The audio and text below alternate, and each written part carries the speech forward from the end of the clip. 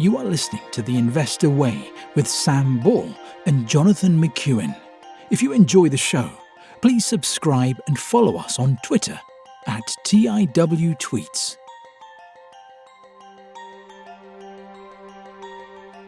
Hello, welcome to The Investor Way with me, Sam Ball. I'm joined today by our special guest, Bill Cynecki. Firstly, thank you very much for coming on the show. And could you just talk to everyone a bit about how you became interested in investing and your investing career to date? Yeah, absolutely. And thanks for having me on the show, Sam. So I would say my parents weren't really the investment type. Outside of my dad's 401k, they owned no stock, right? Like when I was in high school, my mom waited tables. So I wasn't brought up around investing much. And I would have to say the first time I really got interested in investments was luck, right? It was 8th grade, and my teacher showed us the power of compound interest with a retirement calculator.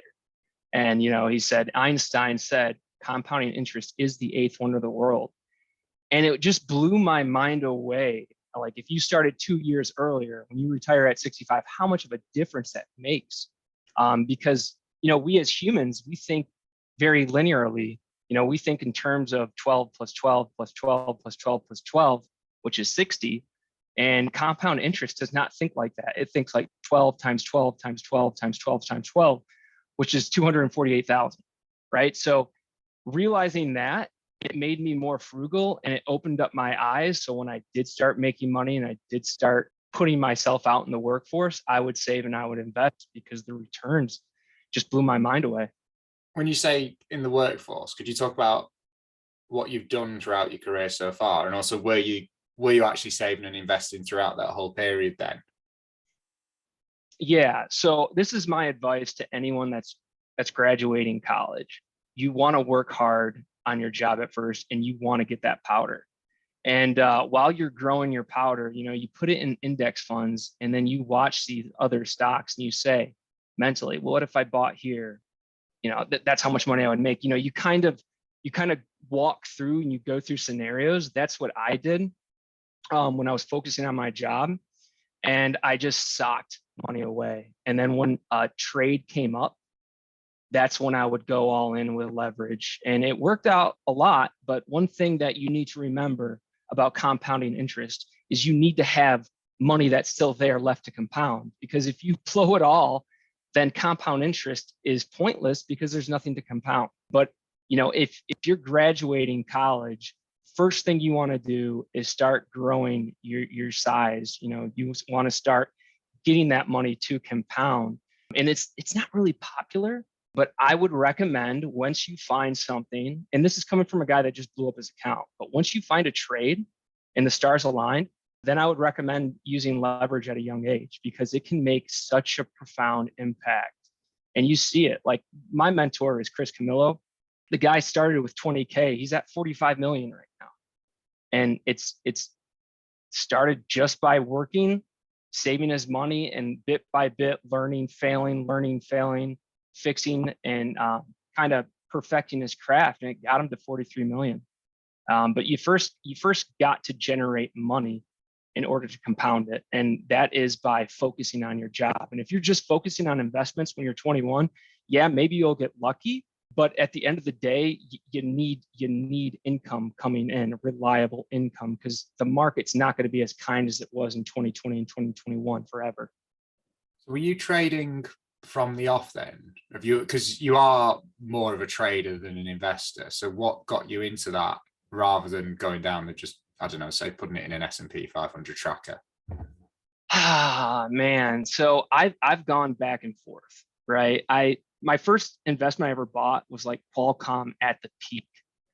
And I remember thinking, if I would have just put this in S&P, I would be up so much more, because I bought Qualcomm, I think it was in 2012, 2013. I think I bought it at 76. And it ended up going down like 4 years later to 50. And I was like, why didn't I just put it in an S&P?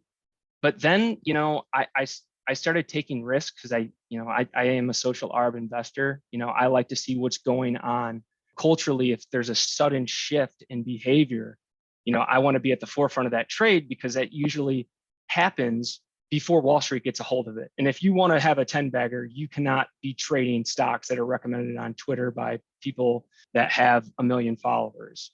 So I started, the biggest, I'd say the biggest trade I had before Peloton was Match. And that was just because in 2015, 2014, I saw, you don't have to go to the bar to meet an opposite sex. You can just go from your phone. Like, it made it scalable. And I thought, this is huge. And, people that work in Wall Street, they're typically married, so they're not using that app, right? Or they're older. Maybe they don't know about that app yet. So I traded that and I doubled my account. It wasn't a large account, but I doubled my account. And I said, holy crap, this is what you get paid for when they say no risk, no reward. This is what you get paid for when you take a risk on that single stock. And what's tough is, not going all in when you find the opportunity. What's tough is not buying anything when there's nothing appealing to buy, right? That's the tough part. So after that Match incident, what I would do is, okay, I made my money. Let's put it back in index funds like Betterment, right? Because, you 2x your money, you're not going to do that all the time.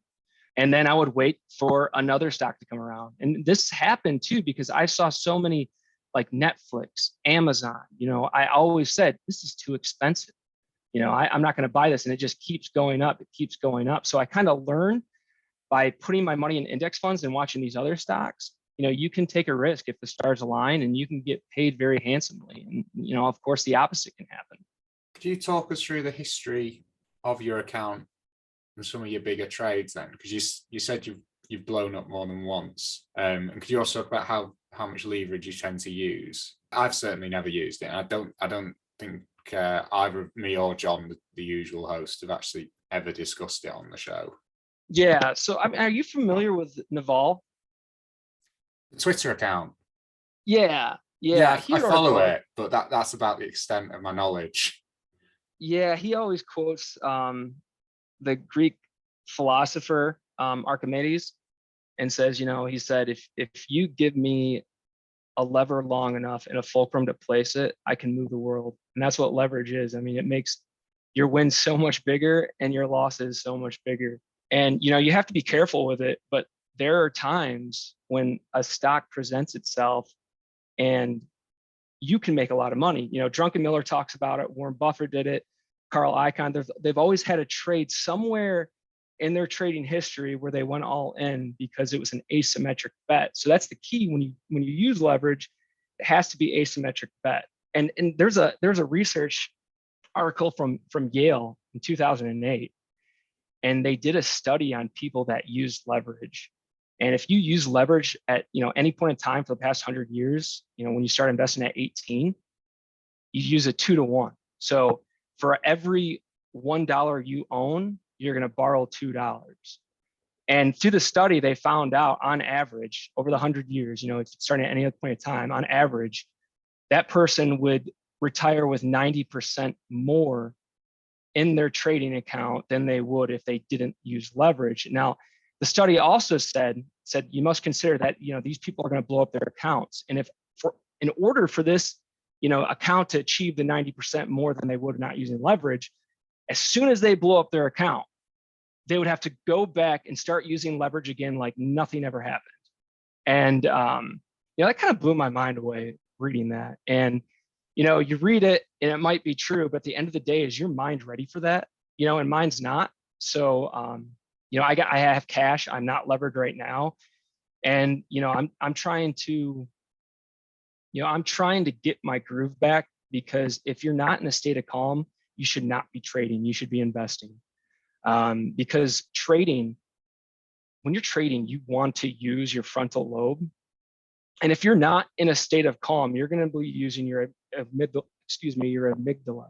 And when you're using your amygdala, that's based off just fear and greed. And that's what happens when you use your amygdala. That's the saying, buy high, sell low. That's what happens. So I'm kind of taking baby steps now, trying to get small wins and then let those compound, because I know there's no huge opportunity right now that I'm salivating over, but I know there will be. And when it happens, I will do the exact same thing I did that, turned 20K into 1.3 million. I just got to be smarter about it this time. So could you talk a bit more about that 20K into 1.3 million and how you actually did that. And for anyone who's listening and doesn't know what leverage is, by the way, it's probably worth explaining that. But it's basically where you're just borrowing money to increase the amount you can invest. And correct me if I'm wrong, because you'll know them more than me. But as an example, if you had 10K and you wanted to invest 20, you'd borrow the other 10. And then what would happen is you'd be able to invest the 20K, any of the gains are yours. But if that investment drops by 50%, so that 10K you've borrowed, essentially, you'd get liquidated and they would take your 10K off you. So you're left with zero. Is that right? Yeah, that's exactly right. Yeah, and that's what happened to me, unfortunately, on this last trade. And there was a lot of flashing indicators that I didn't follow. I should have. I let bias get the best of me. But to take it a few steps back, how I turned the 20K into 1.3 million is, first by playing with options in 2017, 2018. And just paying attention to my surroundings. At my work, we have like so many different logins and all these systems aren't connected. And it really irked me. And then I found out about a company called MuleSoft that, was APIs that connected different systems. So I bought a few call options on that and, I got lucky and Salesforce bought them out. Actually, I don't think I got lucky because they'd be worth 10x. They were, when they were bought out at if they would have stayed public. But I got lucky there. And then again with Match, I got lucky. And then moving forward, another stock. And like I said, this is me just paying attention to my surroundings. Another stock that I saw, and mind you, between these trades, I'm not trading, right? Because I'm not going to waste not my capital or my mental capital, right? If there's no trade there, then throw it in index funds and wait till you see something that arises. The next stock that I found was, I was going to parties and I saw so many girls drinking these White Claws. I was like, what the hell is this? Do you guys have White Claws in the UK? Is it a seltzer? Yeah, it's a seltzer. So, these girls are drinking it. Like every party you see the White Claw. And then me and my buddy in 2018, we went on a skiing trip. This was in January of 2018. And my buddy was driving and his buddy was in the back with a bunch of White Claws. And like, I mean, we're young and dumb. The guy chugs like 6 of them. He's like, holy crap, this is the best thing I've ever tasted. Right. And so that was right in my awareness. It's something I observed. And unfortunately, White Claw wasn't a public company, but then Truly, which is made by Sam Adams, was. So I went in on that. And I think I made 60% on that investment. And then when I got done, I threw it into my index funds again. I usually keep it in Betterment, so I'm not trading just to trade, because that's the last thing you want to do is trade just to trade. But, I found out what can happen if you're patient and you let the stars align and, something comes in your purview that seems like a good buy that's not on Wall Street's radar. And that's kind of something that I've always used as in my trading is stuff that's not on Wall Street's radar or retail traders' radar. And that one definitely was Peloton. So, the pandemic hit and stocks tanked. And what's good about the market is sometimes it just doesn't care. It's agnostic. It'll bring all the stocks down, right? But then you look and you're like, wait, okay, so every gym in the world is essentially closed right now. Only workout people can do is in their home because, people weren't like even going outside at some point. How is Peloton at an all-time low, right? So I saw that, and what gave me a lot more confidence is everyone on Twitter and Reddit. I was doing, when I do a DD, I'm writing a 10-page DD. Everyone was tearing it apart. And, just going against what's popular. I know, like, it's just like in gambling, right? If you're on DraftKings, if one bunch of people pick one team, well, if the other team wins, the payout's going to be huge. And so I looked at this as an asymmetric bet. So I threw 20K into call options expiring in June 2020. And from there, I grew it to around 100 grand. I cashed out of those options. Hindsight, I should have held them longer, but I cashed out of those options. and I moved them straight to Peloton shares. And then that grew my account around to 300,000. And, I really wanted to get into the Rocket IPO, and I wanted to use that 300,000 to put it into Rocket, but I noticed way too many people were bullish on the stock, right? I remember when I IPO'd, it shot up to 26 and everyone was like, this is a great stock. And I was like, okay, I don't want it, right? Because the more people who own a stock, the riskier that stock is, right? When everyone has a full position size of a certain company, then who else is left to buy? So I avoided that, right? And then I started, just doing social arb trades and just paying attention to my surroundings. And the actually dumb money community that I'm part of picked this one up was VSTO. There was a huge ammo shortage, and I was going around to these ammo shops, these gun shops, these gun stores, and asking about ammo, and they're just saying, man, we can't get it fast enough, and they're price gouging us too. So like they were selling straight off the shelves, and they were also hiking the price 50%, right? No one could find ammo, and I joined the Reddit group just called ammo, and everyone was complaining about it. So I put a bunch of money in VSTO, and I sold that too early too. I think that went from like $4 to today it's trading to like 36. But that was another one that really wasn't on Wall Street's radar. But if you're just paying attention to your surroundings, you get in earlier. And that's the key to finding a 10 bagger is you want to find it before others do. And the way to do that is not waiting for an analyst to tell you to buy, but paying attention to your surroundings and finding it yourself. So I made a good amount of money on VSTO. And, when the GameStop squeeze happened, everyone started going crazy for these short squeezes, and people started hating Rocket.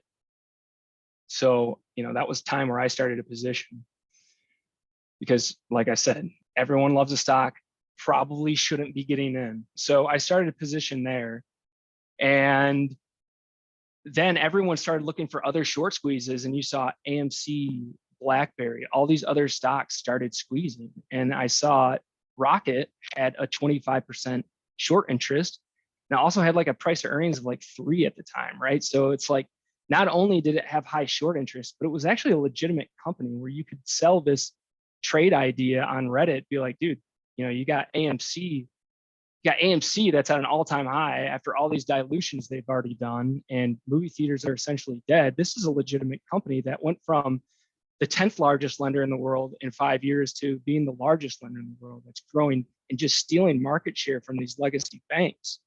And what's funny about this, man, is the day before that squeeze, I had around $300,000 in calls. And the day before that squeeze, Sam, I sold half those calls.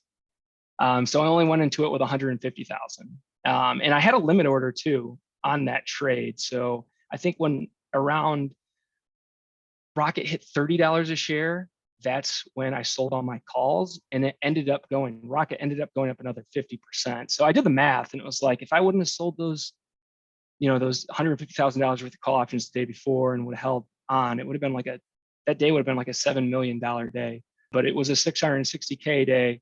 And I was very, worse days. it wasn't a bad day, right? Like I was thrilled. And that was just a testament, right? That was just a testament. If you wait and you're patient, you can have big payouts like that. And before, like with Match and MuleSoft and Sam Adams, I was just putting a little bit in, but I knew, when the stars align, and Naval always says, that's when you need to go in with leverage and take those risks, and the payouts will be enormous. Now, the only problem is after that payout, I had a very swollen head, and you do not want to be a trader with a swollen head. Okay, so you've taken us all the way up. Presumably at this point, this is when you're at the peak of about 1.3 million. There's a couple of things before we go down the roller coaster, you said that were quite interesting. So you talked about your 10-page DDs. Is that due diligence? And what's actually in that? Because obviously it sounds like a lot of your initial searching out of companies, it's more, you're looking for companies that you see in your everyday life and you can actually see the use case for. So say you find one of them, or you think you found one, what else are you then looking at? Dude, everything. Every freaking thing. If you're going to put $300,000 in weekly call options, you're probably insane. But you're very, very insane if you're putting $300,000 into call options and you did not study every single detail about that company, right? So like, and that's to have conviction like I had, you have to know every single detail. So like, for example, people were saying Rocket's manipulated, Rocket stops manipulated, and they weren't given any reasoning. So like I read, what is it? Stock operator, Jesse Livermore, based off Jesse Livermore, and they go over manipulation. And part of the book, I think they show graphs of what it looks like when institutions are loading up and selling. You know, there was like, and Rocket's chart matched that exactly. You could tell. You know, and I started finding people on LinkedIn at Rocket, asking them how the business is going. Right, like so. I'm looking at everything. I'm going on Reddit, reading everything I can, reading every DD. But what I found too on doing DDs and you're on Reddit, the gold is not in the DD, it's in the comment section where you're going to find someone telling you some huge detail that, you know, you might have missed or that no one's seen. You know, I'm watching every single YouTube video that any person, any financial influencer or some guy from his mom's basement, anyone talking about Rocket. I'm watching that and I go into those videos. Like you're gonna watch a lot more videos if your goal is just to learn one new thing about the company that you did not know, right? So you can watch an hour-long video and you hear just one little piece of detail that you didn't know, right? And then you say to yourself, it's worth it. I'm gonna go watch another hour video and see if I can get one little detail. I was doing that. And man, I wrote that DD so long ago, but it was a very long and detailed DD. And the only reason, like I said, the only reason I could put that much capital into one play is because I studied that stock religiously. Could you talk about the use of Reddit as an analysis tool? Because I think that's quite interesting. We've not had anyone, I don't think, mention Reddit before. So could you talk about what that's useful for? Yeah, Reddit is far more superior, in my opinion, to Twitter. Because in Twitter, okay, so the brain just wants to learn something by putting the smallest amount of effort possible, right? And that's why you see like people that are active in politics, they just blindly agree with their party because it's too much brain power to actually learn the policies and see, you know, how people can disagree.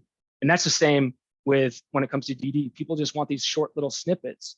But what's cool about Reddit is you get these long DDs that are like 20 pages long, right? And people are going into far more detail. And people are a lot more open too, because it's anonymous, unlike Twitter. I mean, yeah, there's obviously accounts on Twitter that are anonymous, but you know, there's also, you know, it's not 100% anonymous like it is on Reddit.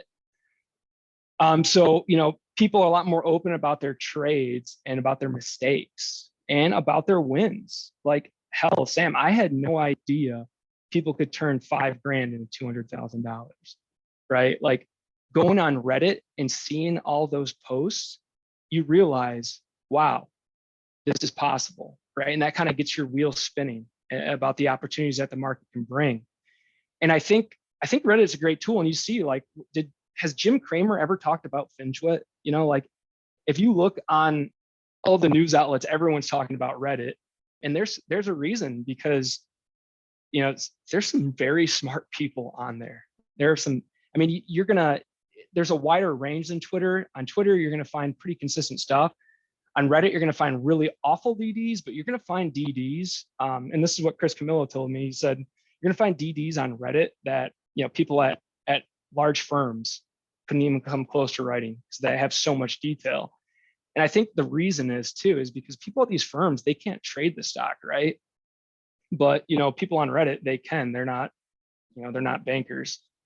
So they have more of a vested interest, and they do a better DD than the people that are actually paid to do DD. And Naval talks about that in his book. And he says it's people that do things just for the sake of doing it, you know, because it's not their job and they actually enjoy doing it. They do better than people that are paid to actually do it. And I think Reddit's DDs that you can find on there is a testament to that. Okay, so we're back to the story. We're now at $1.3 million and how you've gotten there. would you be okay talking about what happened after that, and take us to the present day? Yeah, man. Let's open up that wound again. Sorry. No, it's you get bucked off the horse, you got to get back on. You listen to all the traders from Market Wizards, they all blew up their accounts. Your buddy that you told me before the show that blew up his account, then later turned it into $1 million. That's a great story. So it's good to uncover that and learn from your mistakes. But back to the 1.3 million. So when I had that, I cashed out completely. Like I was out and I said, all right, you need to take a break, because I've blown up my accounts before. And then when Peloton fell below 100, I said, holy crap, this is an opportunity. I can get back in and, I can double my money. And what I was falling victim to was anchor bias, where, I saw that $100 price point. I saw what happened last time it hit 100. It just surged to 170. And my anchor bias was telling me that would happen again. And consolation, I also bought around that point as well. Yeah, and that's another point right there. A lot of people bought in, and that's a testament right there. When you're following other people's trades, and everyone's buying that stock, then who is left to buy that stock? And I should have known that. And like I told you about Rocket, if you're going to put so much money into a single stock, you need to do some very detailed DD. And I swear, I probably had about 1,000 hours of DD on Peloton. Hell, I actually got Peloton delivery people's numbers. I was calling them, asking how deliveries were going. Sorry, SEC, if that's not allowed. But I was calling, trying to get updates, and I had all the information in front of me. And here's the thing: when you do that much DD, you're going to find, let's say 20 data points of why you should sell. But you're also going to find 20 data points on why you should hold or why you should buy. And, my bias was gravitating toward the biases on why I should hold and why I should stay. And then, I was listening to platitudes like in the Jesse Livermore book, people who are right can barely sit tight, some saying like that. And, I was just picking and choosing conventional wisdom, the data points I wanted to be most true, and ignoring the things that would tell me to sell. And another big problem is I surrounded myself by Peloton bulls. And that's the worst thing you can do, because no one's challenging your viewpoints. And so I was gravitating towards favorable data points, and I was just putting myself in these groups that are diehard Peloton bulls. And it just shows that you always need to look at the other side. And I think the biggest mistake I made was, getting rich and staying rich are two very different things, right? When you get rich, you're taking these huge risks. You're going after stocks that not many people know, and there's an element of luck there, and you need to realize there's an element of luck. And the way that got me rich is the same way that blew up my account. When you get rich, that's when you need to start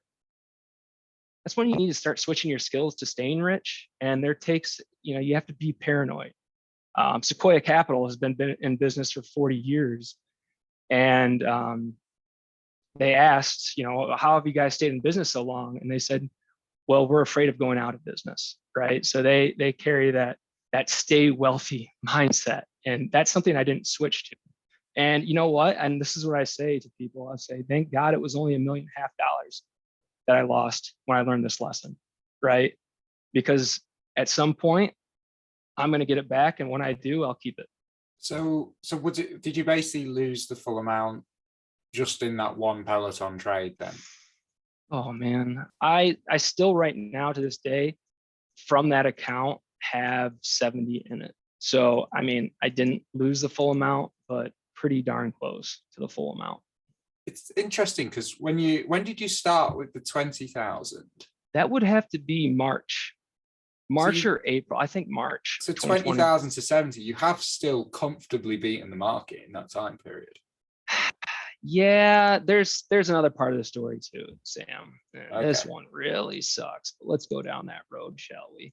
So, I got cocky, confident. I quit my job, which I'm still glad I quit my job, because I later ended up getting a better job when I needed to go back to work.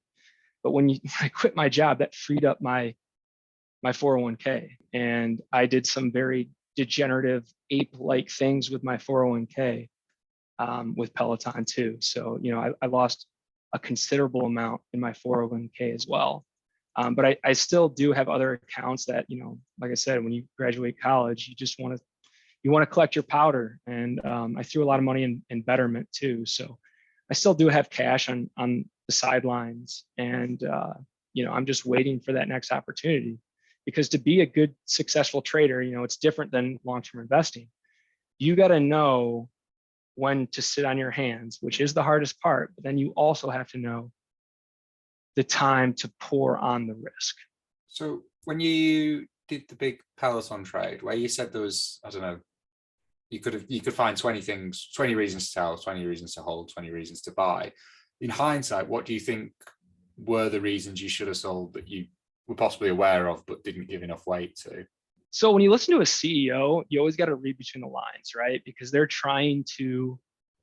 basically salespeople, right? They're trying to sell you on the company. And when John Foley said he was cutting the price of the bike by $500, when he said that, it was an offensive move. And he said, we're playing chess and our competition's playing checkers. There's some like insecurity vibe I got from that message. It's kind of like the DraftKings CEO that said, if you sell DraftKings, it's going to be the biggest mistake of your life, after he just sold how many millions of DraftKings stock. So when I heard John Foley said that, I was like, that was a red flag that got me thinking. And then I looked at the Google Trends. And the Google Trends were going downwards.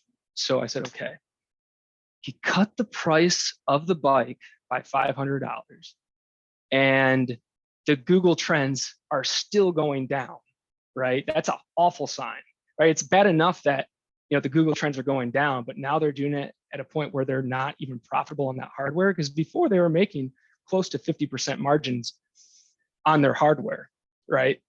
Now their bike was a lost leader essentially. And that's magnified by the missteps they've had with the Peloton tread. And you saw how John Foley just handled that so poorly. I mean, there's red flag after red flag. And, I actually called one of the delivery guys, and I called Chris Camillo after this, and he bought a bunch of Peloton puts, and I didn't, stupidly. But the delivery guy said, hey, man, we have 2 people that we laid off because, we're not delivering stuff. And then my bias said, okay, well, it's because everyone just spent all this money on household assets, like gym equipment. They want to spend their money on going out to bars and restaurants, and they want to spend money on services. And fitness bikes, fitness treadmills, they're a cyclical business, and they're primarily purchased, in December through February, right? November through February, that time frame. So every little data point that I looked at that was like a red flag, I just said, no, there's a reason, right? There's a reason why this is. But I was just making excuses for the poor data. And I'm the kind of investor that doesn't really care about other people's opinion. Like for Rocket, when people said that was a stupid trade idea, I just deleted my Discord, and I didn't want to talk to anyone about it, because I didn't want them to get inside my head about my trade, right? I didn't want them to shake my conviction. But with Peloton, I was actually going out and I was searching for the other bulls, and like, trying to be reassured by their thoughts, right? And like, now I know when I'm doing something like that, it's something's not adding up. Something's not right. Something deep down in your gut is telling you maybe you shouldn't be holding this much in a position. The fact that I needed to reach out to people, the guy that ignores other people's advice is now reaching out to people for reassurance. That was a red flag. Another one, I think this is probably the most true, idiom that I hear investing is, never hold a position size that takes away from your sleep at night. And that started happening, right? So I had all these red flags, and it actually gives me confidence, Sam, because now I know when I see these red flags, I won't duplicate it. And you can read about people blowing up their accounts, mistakes they've made, but some things you just got to experience firsthand. And like I said, the mindset I'm having is, thank God I blew up my account when it was only 1.5 million. And now it's time for me to learn from my mistakes and try to get it back. So what do you think about Peloton as a company now that John Foley's gone as CEO? Has that changed your view at all? Or I like the new CEO. He's the total opposite of John Foley, right? So John Foley says, hey guys, we are family. I always love you guys. The new CEO took over, and he said, hey, I just want everyone to know that this is not a family. Like, we are like a football team, and if I put you in the game and you drop the ball, then you're going on the bench, right? You're not going to be with this team any longer, because we are playing to win, right? So I like that mindset. He's trying this rental idea, and they asked, instead of buying a Peloton for the $1,500-$1,600, they're dropping it off to people's houses, and they're just paying $90 a month to rent it.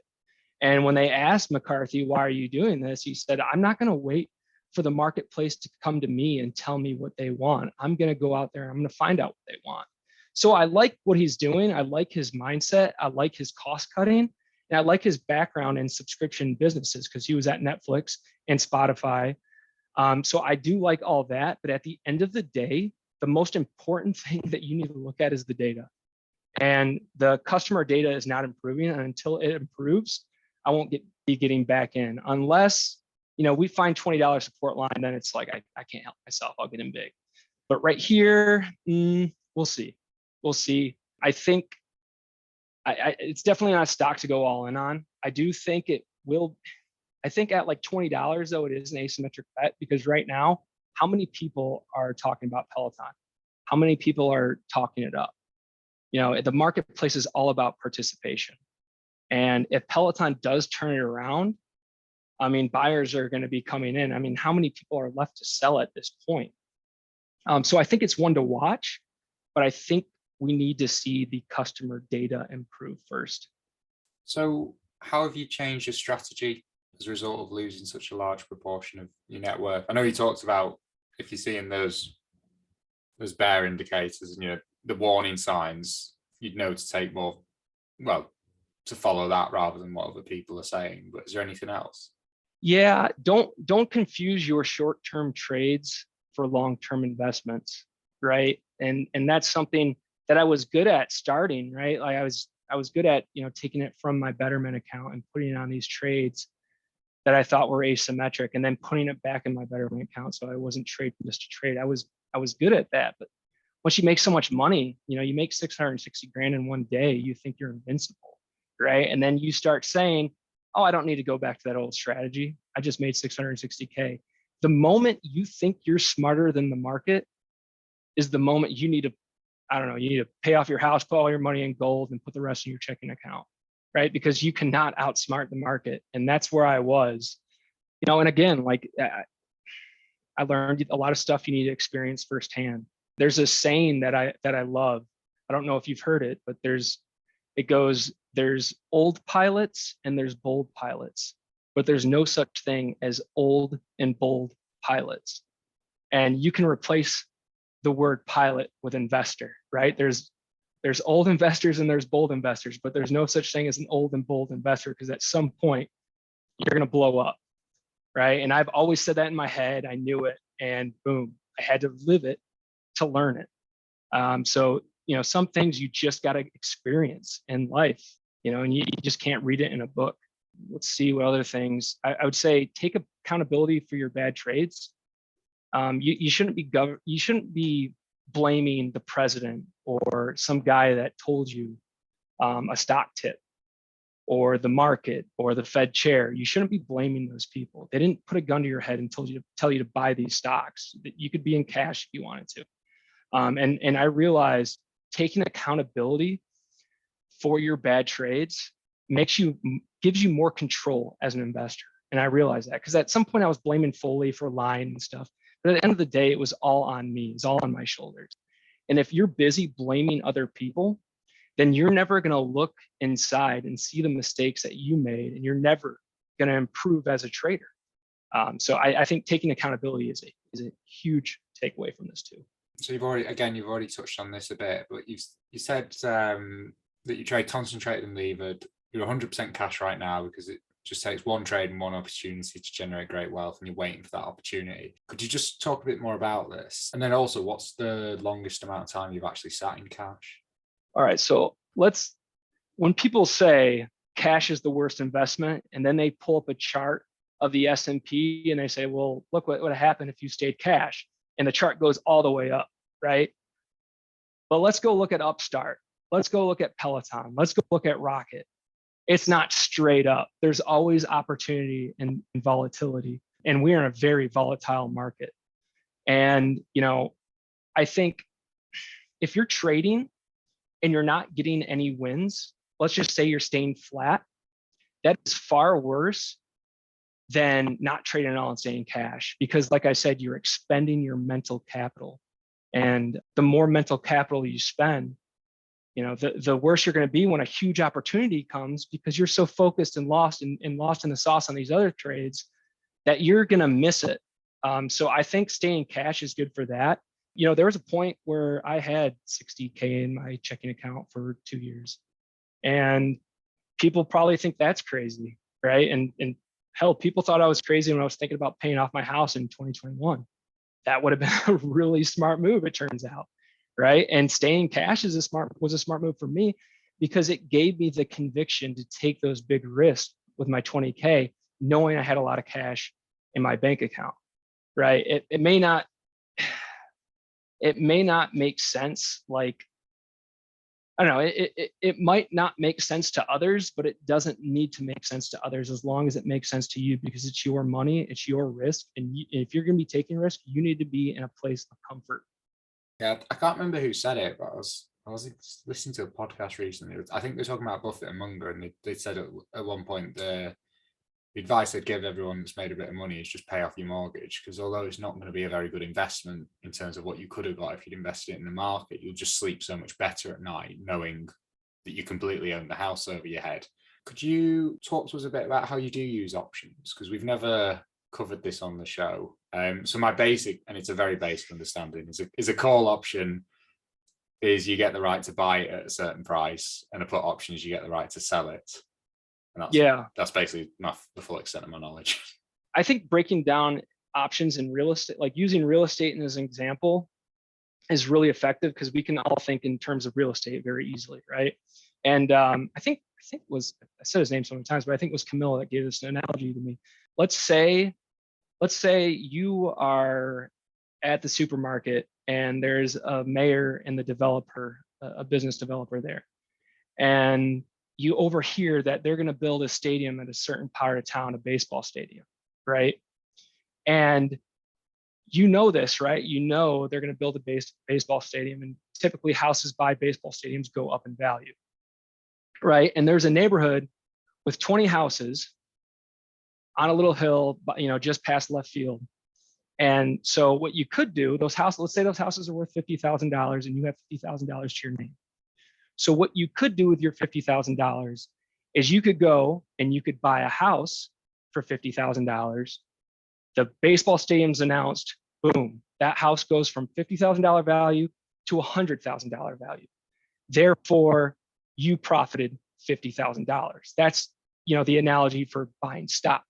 Now for buying options, let's say you still only have $50,000, but you go to one of the homeowners and you say, how about I pay you $50,000, or I pay you $5,000 for the option to buy your house for $50,000, right? So you give them $5,000 for the option to buy for $50,000, and you have this for 6 months. You can buy at any time. You can buy that house at $50,000 for the next 6 months, and you do that to 10 other homeowners, right? So you use your $50,000 to have that option to buy at 50,000, and all the houses go up to 100,000. You already have the option to buy 10 houses at 50,000. So instead of making 50,000 on that trade, you levered using options, and you're able to make $450,000 on that trade on buying those houses. So you essentially 9 to 10x your money. Does that make sense? Yeah, it Might have to does. edit that one. No, that makes sense. Yeah, it's probably worth covering on the flip side that in the stock analogy, if the stadium deal falls through for whatever reason, you are still left with the house. Whereas in the option analogy, you've just got 10 worthless options. Exactly. So You you put end up with a total $5,000 loss. that expire worthless.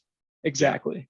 So how does that translate to stocks then? Because obviously 6 months is a very, very short time frame. So you could be right on a stock, but wrong on the time frame. Yeah. So what I typically do is I try to buy at the money options, because Wall Street bets have kind of started a revolution for options buying. Can we explain every day what at the money is? So at the money is you write a contract to buy that stock at a certain price.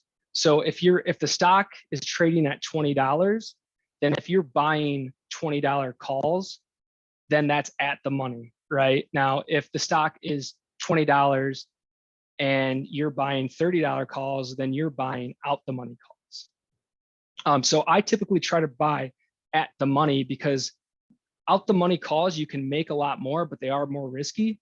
And a lot of traders are adopting this risky mindset. So a lot of people are buying these out the money calls. Therefore, the premium is a lot higher today than it was when I started trading options in 2018, because you just have more supply and demand. You just have more people buying out the money calls. And at the money calls, you don't blow up your account as fast, right? You can sleep a little better, and you can still also use leverage to grow your account. Does that answer your question? Yes, thank you. How much leverage? What's the highest amount of leverage you would use? Say for example, you saw the best opportunity in the world. What is the maximum amount of leverage you'd be willing to go to? Man, okay. So here's a saying, and like I said, it's a platitude, right? So you have to experience it. But one thing I learned from blowing up my account is that no gains are worth all the money you own. There's no gain in the world that's worth blowing up your account. And that's why when I use leverage, I also keep a lot of money in my checking and other accounts so I can live, sleep peacefully at night when I'm using that. I'd say if for leverage on options, the most I would use is probably 20% of my net worth. And that's if all the stars are aligning. And you got to remember, when you're going to make a 10 bagger, usually you're not going to be feeling, if you think it's a really good idea to buy a stock, it feels right because it's green, everyone's talking about it. It's probably not the best time to buy a stock. But when everyone hates it and you're the only one on that side that says it's a buy, 2 months later you say, why didn't I put more money in it? But it doesn't always feel right when you're taking a big risk because you're being a contrarian. Everyone says don't do it. So I always say, oh man, I should have put more money in Peloton calls, or I shouldn't have sold half my Rocket calls the day before the squeeze. But at the end of the day, I was having respect for luck because I did get lucky on Peloton. I did get lucky on Rocket. And so you can't just put all your eggs in one basket. And I learned that through trading levered, trading options. And it was an expensive lesson, and I tell my friends jokingly that I paid for my Wall Street tuition, blowing up my account. And hopefully that education will serve me well in the future. What are the best books you've read on investing, and how much do you read generally? Honestly, I would have to say I've started loving Audible, right? Because when I'm driving, to the grocery store or cleaning the dishes, doing laundry, it gives you an opportunity to learn while you're doing other tasks. And so I've been using that a lot more than I have been reading. I still do like reading, but the books I would say the best book I've read so far was The Psychology of Money. And I know that was pretty recent. And when I read that book, I said, why am I so levered? This book, he talks about luck, risk, and getting wealthy versus staying wealthy, and it all made sense. And that was a lesson right there. When an idea hits, you got to strike while the iron's hot, because I days went by and my motivation to sell waned. If I could go back in time, what I should have done is just started reading that book over again, and then read it again, then read it again, then read it again, until I actually sold. But I really like that book. I really like the Market Wizards books. The new one is The Unknown Market Wizards. Have you ever heard of that? I've heard of the series. I've never read any of them. Oh, you'd like it, man. So there's a lot of Jason Shapiro, Chris Camillo, Richard Bryan. They all give detailed descriptions how they've blown up their account and then drew their account again only to blow it up again, right? So it kind of gave me some sense of peace that this happens to a lot of people. And they all say the one thing that they have in common is resiliency, not giving up.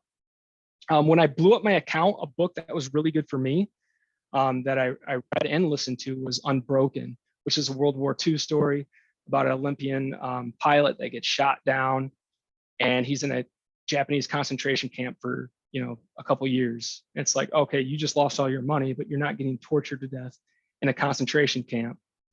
So I think too, there's a lot of good books outside of investing that you can learn. I think Atomic Habits was a great book. The Compound Effect. This is not an investing book, but I really liked Sapiens too. And one I just finished was actually Matthew McConaughey book, and I liked it surprisingly. It's called Green Lights, and it just shows you when you make a mistake or something goes wrong in your life, when you look back, it could actually be a positive. It just changed your direction to go down the path that you should have been going down. So I really enjoyed that, and I think you can learn so much from books. I love Jim Rohn, and I've read all his books, and he says if anyone tells you that they want to be a leader, the first thing you do is ask them to take you to their library and see what books they're reading, because there's just a wealth of knowledge that you can get. And I think with the technology of Audible, there's no excuse not to listen or read and learn. What are the best resources that you use for investing? And these can be free or paid.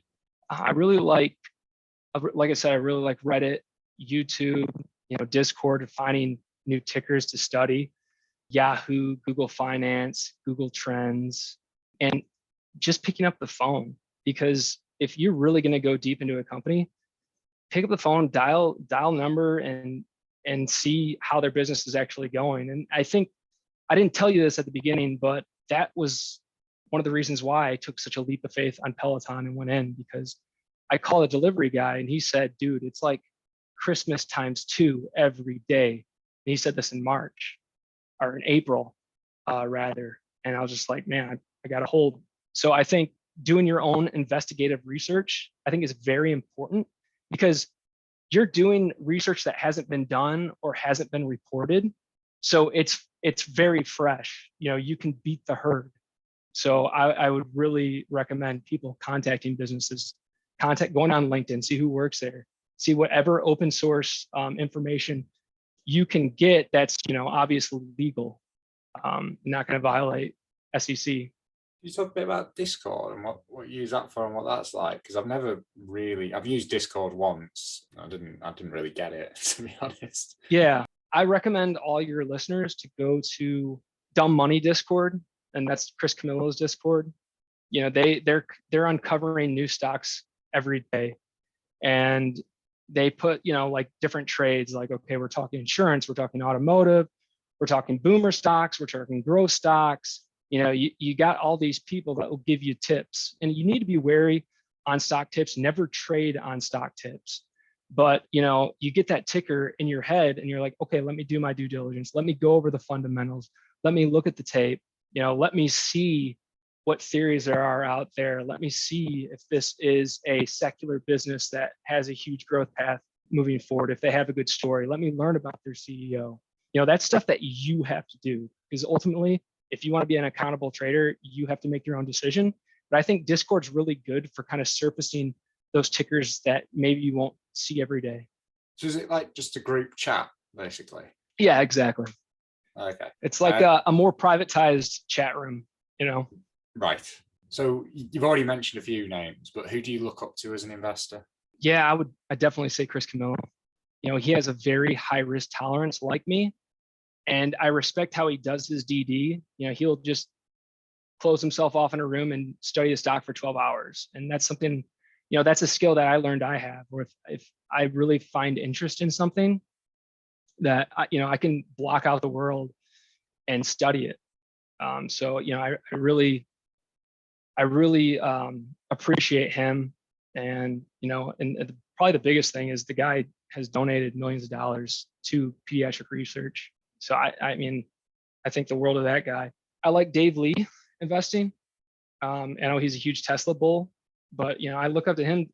You know, when this whole Afghanistan, the refugees coming over to America, you know, he stopped trading and he went on and he reached out to Afghanis and helped, and he raised a bunch of money. And you know, I just have respect. You know, you look in the community, and people make investors, retail investors, and people think they're scums, they're just in it for money. But honestly, like blowing up my account, I've had so many people reach out to me, so many people check on how I'm doing. People, you know, a few people that were reading from the Market Wizards books heard my story, reached out to me, and the first thing they say is be gentle on yourself, right? Because if you want to recover and you want to make it back, you have to remain optimistic and you have to learn from your mistakes. And another one I would have to say is Meet Kevin. Have you watched any of his videos? I've never heard of Meet Kevin. Oh man, you gotta watch Meet Kevin. Meet Kevin is he'll do 2 hours of videos every single day while doing, you know, private courses. But he comes from a humble beginning. You know, he worked at Mrs. Fields Cookie when he graduated high school, and now he's worth $30 million. He kind of came from humble beginnings, and he is just a workhorse. He does DD, and he really is starting to get into more macro. You know, like looking at the rates. You know, what a lot of you know, having like breaking down Kathy Wood's videos or what Jerome Powell is saying. So I think he's really good, and I recommend your followers definitely to check out Meet Kevin. You come across I can't remember which, but there's something you said that made me think of it. If you come across the Jim Rohn quote where it's becoming a millionaire not for the money but for the person you'll become. Oh yeah. How do you think you've changed as a result of making all that money? So you know, Jim Rohn is a guy that has blown up his account, has been, you know, lied to by investors, lost a bunch of money. And, you know, when he loses his money, or when he lost his money, he's dead now. When he lost his money, he said, you know what, I knew the recipe to make the money, and all I did is rinse and repeat. Right. And, you know, he said this, and I can relate to it. You know, you learn a lot more from losing money than you do making money. And I think Bill Gates says it, you know, success is an awful teacher. You know, when you fail, that's when you really learn. And I think there's a lot of truth to that. And yeah, Jim Rohn is kind of the guy that got me into reading too. You know, he's the guy that preaches you need to read. I picked up a book, Richest Man of Babylon. Never would have heard of it unless I listened to him. It's a very, he says good book, that one. Yeah, very straightforward. And you know, one quote that really stuck out to me that he says is, if you want to be successful, you need to work harder on yourself than you do on your job. And he says, you know, working on your job can make you a living, but working on yourself can make you a fortune. And like I said, you know, I definitely noticed the self-improvement of losing this money and keeping my cool, going back to work, putting my head down, and trying to repeat the wealth that I created, and next time maintain it. I think you've hit on something as well with success being the worst teacher.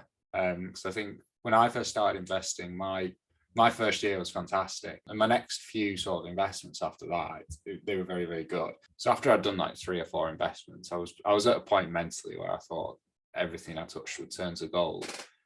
And one thing I was very, very excited for was this was back in like 2017, I think, but the Snapchat IPO. I was keen on that because I listened to a lot of Gary Vee at the time, and he was talking about what made Snap unique as a platform and why it was so good. So I was looking at it from more than the numbers, because the numbers were horrendous at that point. So on the day of the IPO, I put 40% of my portfolio into Snap, and that was just an awful, awful decision. And it wasn't so much that the way I thought about the company was wrong, because it's now, if I'd held it, I would have beat the market. It wasn't that what I thought was wrong. It was more that because I backed myself that much, I didn't really size up the risk properly because it was a very, very risky stock. So with 40% in it dropped. I mean, at one point I was down over 80% on it, and that's without any leverage, which is quite an achievement. So I think I bought in at about $27, and then it went all the way down to $4. And then I think I sold a chunk at 15, I sold a chunk at 20, and then I sold a chunk at 25. So by the time it got back to where it was, I was all out, but I'd only lost sort of 30 or 40% of that 40%. And if I hadn't have had those, those investments earlier on where I thought it was so good, I think I would have been able to hold on to that. Because the reason that I sold it is because I'd been down over 80% of it. It was at that point when I realized, well, actually, I put too much money into this. I'm not comfortable with the amount I've lost. So then once it started coming back up, it was like, I do need to just take the money just so I can invest it in something else, because I just shouldn't, I just massively over allocated. And it was because I'd done so well initially. Yeah, I mean, a lot of people can relate to that, and you need to know your risk tolerance as an investor.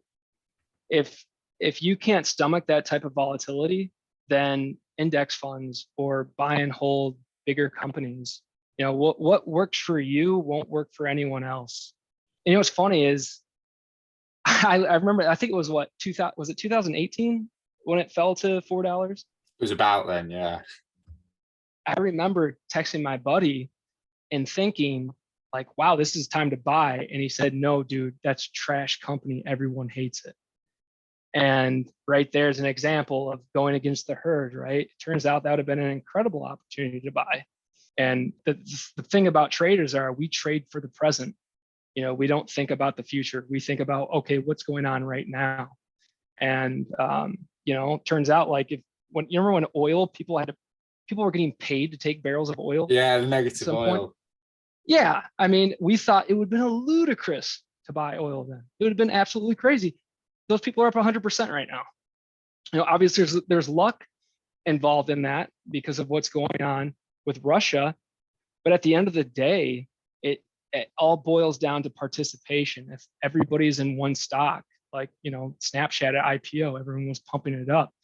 If everybody's in one stock, then who's left to buy when people want to sell? So what Twitter accounts would you recommend following the most? Honestly, dude, tell you the truth, Sam, I don't like Twitter for investments that much. It doesn't do it to me. I'm on Twitter all the time, but like I don't like following trades that people. I don't like other people influencing my ideas. And on Twitter, if they're going to influence my ideas, I want more than just a tweet. I want a 30-page DD that you're going to get on Reddit. And I don't know if that's something you want to use. No, that's a good answer. I'll keep that in. The problem is of Twitter, anyone that does a 30-page DD, it's hidden behind a Substack paywall, isn't it? Yeah, it's and at the end of the day, like, you believe something so much more if you found that information, and it can get you started down the path. But at the end of the day, if you're going to make a trade, you need to know a lot more than whatever the character limit is, 160 characters. I'd say one account that I do like, and it's probably because he doesn't say buy this stock or sell this stock, is Danny Baldwin. If you're familiar with him. I've not heard of him, no. I think it's Baldwin. But he just talks about like, hey guys, simple, like breaks it down very simple. You can't get rich renting your time out, right? You just can't get rich working a job. You need to have assets that earn for you while you're sleeping. And what he says is, he preaches frugality. He says he and his wife only have one car. I think he's up to 3 million. He's around 29. They only have one car. They keep their expenses down. And he's grateful for that money. And all they do now is travel, right? With their expenses down, his assets that are returning. I think he's a seller on Amazon too. But all he does is travel and have these awesome experiences. Meanwhile, everyone's looking at their phone to see if their stock has gone up 0.25%, stressed out, and he's over there enjoying life. And if I could go back in time, that's one thing I wish I would have done, is just cashed out and traveled with my wife for a year.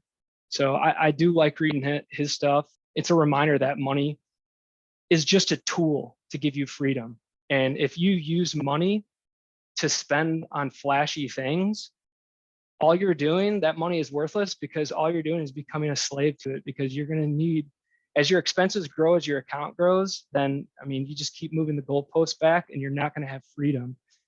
And, you know, what's funny is like household income has skyrocketed over the past 70 years. You know, you look at 1950, it's gone up exponentially. And then you look and the depression rates also have gone up.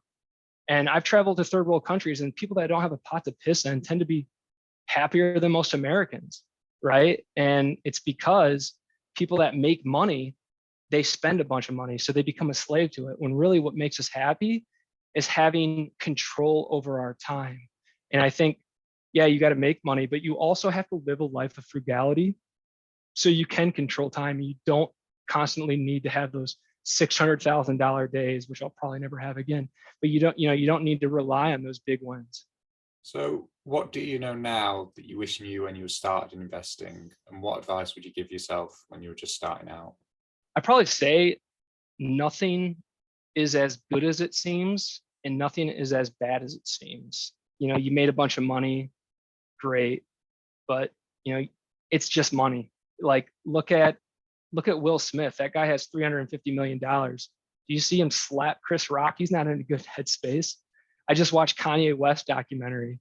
He was so happy when he was young, when he was starting out, and then he got all that money and that fame, and you know, mental illness is obvious. So really the lesson I think I learned is try to stay balanced. You know, your wins are going to take you high and your losses are going to take you low. Try to limit how high it takes you and how low it takes you. Try to stay even keeled, because when you stay even keeled and you've maintained your mental capital, that's when you are in the best headspace to make a trade that might change your life. How have you evolved as an investor? Man, I don't know. I guess we'll have to wait to find out. But I'd say as an investor, I've learned to think more independently. You know, and I hate to go back to politics, but you know, most political people just side with their party blindly. They don't take the time to learn about the problem or the implications of a proposed policy. And if you do that in investing, you will just get wrecked. If you're biased like I was on Peloton, you'll get ruined. So now, you know when I make that money again, I have to operate much differently, right? I found out what happens when you keep pushing the goalposts back. And when you say, I just need 100 grand, okay, I just need $1 million. You know, when you keep pushing those goalposts back, then it's never going to be enough. And at some point, your greed is going to take over and you're going to blow up your account. I think you've probably already covered these, but just in case anymore, what are the biggest mistakes you've made in investing? I think in investing, a narrative is very powerful. You know, how good a story is. That's why I recently got on Twitter, just because I know the story of Elon, the product guy, you know, Steve Jobs Jr. taking this company. The narrative's great, and you can make money off narratives, but make sure you trade narratives. Don't just invest long-term on narratives, and never let a narrative trump data. Data is king. And I think a good book on that illustrates this is, have you ever read the book or heard of the book Freakonomics? Yes, very good. You know, like you look like sumo wrestlers, right? Sumo wrestlers are, you know, it's a very honorable tradition, right? Like there's no cheating involved. And they looked and they saw in Freakonomics that a sumo wrestler that has 8 wins under his belt, and you know, he can afford, because you need 8 wins to get into the playoffs or whatever the next round is. Once they have 8 wins, like the chance of them losing their next match goes up exponentially, because they don't want to waste their stamina and they can take a fall to get paid. You know, so like a lot of bookies use sumo wrestlers like, hey, you know, you already got your 8 wins, you're already going to the next round, take a fall, we'll pay you X amount. And no one would have known that unless they looked at the data, right? The narrative that, you know, this is an honorable sport of tradition and everything, you know, that's a great narrative, don't get me wrong, but the data showed that these guys were taking falls. And I think 2 people try to come forward about this in Japan, and they were both murdered. So That's a great, Freakonomics is a great example of a book that shows you that data is way more important than narrative. And that is probably one of the biggest lessons that I learned through making mistakes, is always choose data over a narrative. What do you think of current valuations of companies in the US? I mean, it's tough, right? I think, you talk about 2000, you look at those valuations, what were those companies really doing? Those tech companies. And I think Kathy Wood says this really great when she says they were just planting the seed back in 2000. And now those seeds have turned into big oak trees. So valuations are going to change. And, I think it all goes back to participation, right? I mean, yeah, valuation could be high, but look at Tesla, look at Amazon when it was 700. You just go back to participation. The fact that when Amazon was at 700 and people kept on saying, well, the valuation is too high. The valuation is too high. Those people that were saying that didn't own the stock. So those are potential buyers. So it all goes back to participation. And, I mean, the valuations are honestly pretty high, but maybe, I don't know, maybe they keep going, maybe they don't. I'm not sure. I think macro is very, very hard to control because there's so many different outliers, and they'll say, oh, the last time they raised rates, this is what happened. But there's so many different things going on now that it's hard to really know. I think, I don't know. I think valuations are just one component. They aren't the whole thing. So Does that make sense? Yeah, it makes perfect sense. Do you look at any markets besides the US for ideas? No, I actually don't. And I was kind of curious on what you had to say about the differences, because my opinion, like I said, I'm about participation in the markets. I feel like there's a lot better arbitrage for UK, for these other markets, because everyone's so fixated on the US. So there could be an up and coming company that not a lot of people know about. And I think there's great opportunity in that. Yeah, I agree. I think what I normally say is I think in the UK, if you look at the average stock on the FTSE and compare it to the S&P, the S&P's got better companies. There's no doubt about that. But it's reflected in the valuations. And I think every now and then in the UK, you can find, say, a FTSE 350 listed company, which is the biggest 350 stocks listed in the London Stock Exchange. And you can find some where they are incredibly cheap, especially if you look at them compared to the US peers. So as an example, like even last week on the regular show, me and John looked at a stock called Keyword Studios. And what they do is there's a lot of elements of like creating a video game that you can outsource to them. It's obviously a good industry to be in right now. And they're growing, what did they, I'm making up a number, but I want to say they grew about 40% last year or something. And if you look at the past 5 years, revenue and earnings are both up about 250% or something like that over the past 5 years. And the stock was only at a PE of 29.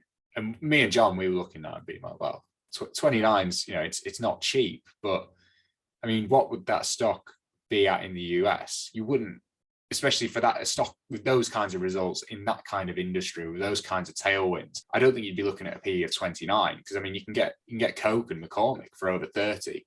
So you'd be lucky if you got it for 50. And even then, when it was such a small market cap, I mean, you're probably going to be talking about the price of sales really, because the earnings would probably be the PE would probably be so high it would be unusable. I think that's the difference, that you can actually just buy a company and you can just let the company do its thing, and your growth in the valuation of your shares, it's probably going to move with the increase in the earnings of the company. You might get lucky and you might get, an expansion of the multiple it trades at.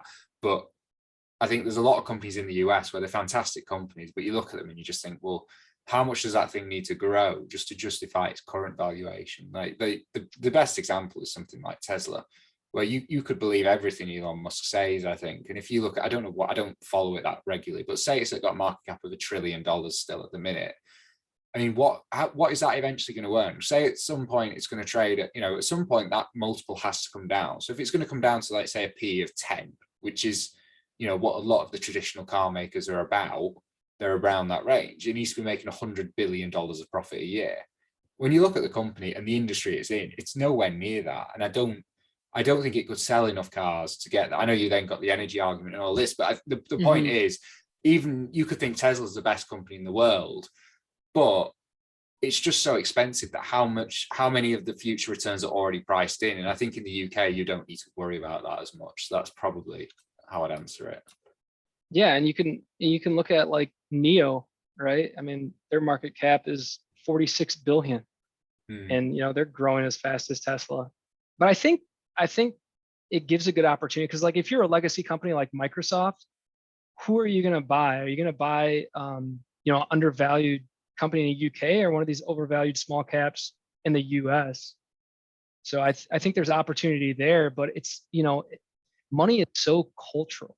Like you look at Japan. I mean, how long were they flat for in their trading? And you look at Australia. I think they were flat for 20 years after they lifted sanctions, I think in the 80s. I mean, they hit a bubble so hard that it took 20 years to recover. So, I mean, it's at the end of the day, it has to do with culture and investor behavior. And that's why, valuations you sometimes have to take with a grain of salt. Well, if you look at a graph of the FTSE 100, for example, I mean, since the late 90s, it's barely budged. I mean, I don't think it's up more than like 20% from its peak in the .com. The difference is with the FTSE, you do get large dividends. So the stocks barely move, but you've probably at about 4% of dividends a year. So it's not as bad as it looks, but it has been around the current valuation levels for a long, long time. But that's if you were to buy the entire market. And I think the FTSE's not got particularly good stocks in it. Whereas it does have a few gems in there, but you would be buying a lot of old economy stocks. Yeah. So we've covered this a bit already, but how do you think about allocation and position sizing? Man, I am, for better or for worse, I'm either all in or I'm not. And like I said, I treat my Betterment or the SPY, I kind of treat that as a checking account where, if I don't want to waste my mental capital, there's nothing out there to buy, I'll just put it in Betterment or SPY, let it grow, let it do whatever the market's doing. And then if I see an opportunity, I really want to obsess over it. I really want to dive deep, and I'll put in 50% for my first trade. And if the data continues to look what's trending in a favorable way, then I'll put the remaining 50% in. How much time a month do you spend on investing in your portfolio? So this is what's bad, man. Like I would say I used to spend way more time doing actual research. Probably I would say during COVID at least 30 hours a week. But I'm not really doing that much DD right now, just because, like I said, I kind of need to recover from this mentally.